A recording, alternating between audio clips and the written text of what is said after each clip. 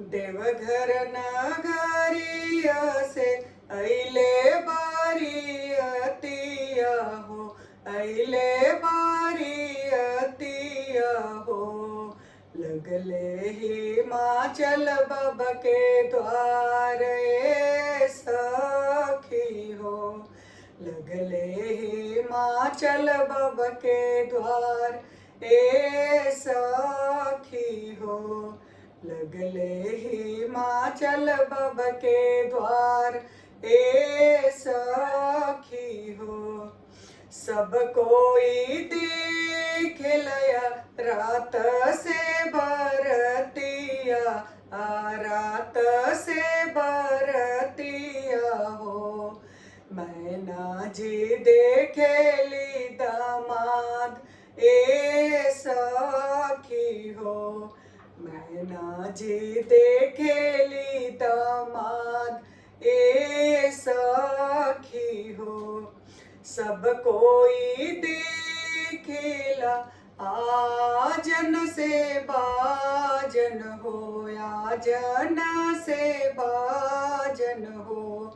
अम्मा देखेली दामाद ए सखी हो, अम्मा देखेली दामाद ए सखी हो। अम्मा देखेली दामाद ए सखी हो। अति सुंदर गौरा के बौरा खोजुए हो, के बौरा खोजुए हो। मुहवा में बूढ़ावा के एको नहीं के दांत हो, मुहवा में बूढ़ावा के एको नहीं के दांत हो।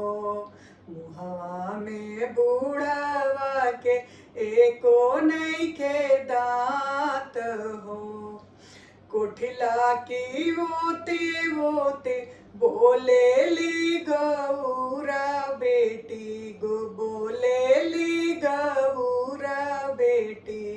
सुन शिवजी राजा हमार, सुन सखी हो, सुन शिवजी राजा हमार, सुन सखी हो।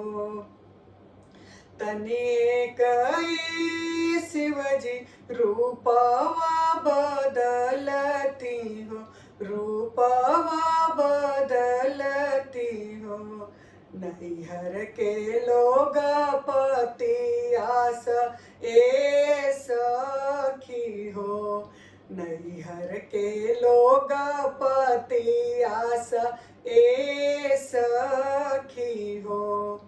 देवघर नगरिया से अइले बारियतिया हो, अइले बारियतिया हो। लगले हिमाचल बाबा के द्वार ए सखी हो, लगले हिमाचल बाबा के द्वार ए सखी हो। लगले हिमाचल बाबा के द्वार ए सखी हो।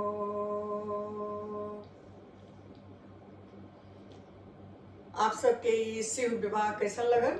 अगर नीक लगल तो शेयर और सब्सक्राइब जरूर करें। धन्यवाद।